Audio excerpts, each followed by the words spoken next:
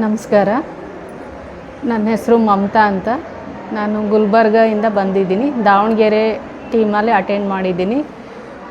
ನನಗೆ ಡಿಪ್ರೆಷನ್ ಇತ್ತು ಮತ್ತು ಸ್ವಲ್ಪ ಸಮಸ್ಯೆ ಇತ್ತು ಹೊಟ್ಟೆನಲ್ಲಿ ಅಂತ ಡಾಕ್ಟ್ರ್ ಹೇಳಿದರು. ಅದಕ್ಕೋಸ್ಕರ ಇಲ್ಲಿ ಮೇಡಮ್ ಹತ್ರ ಔಷಧಿ ತಗೊಳ್ಳೋಣ ಅಂತ ಬಂದೆ. ಅವರು ಮೆಡಿಟೇಷನ್ ಮಾಡಿಸಿದ್ರು. ಅವ್ರು ಮಾಡಿಸಿದ ವಿಧಾನದಲ್ಲಿ ನನಗೆ ಶವಾಸನ ಮಾಡಿಸಿದಾಗ ನನಗೆ ಅದು ಜ್ಞಾನವೇ ಇರಲಿಲ್ಲ ಇಲ್ಲಿದ್ದೀನಿ ಅಂತ.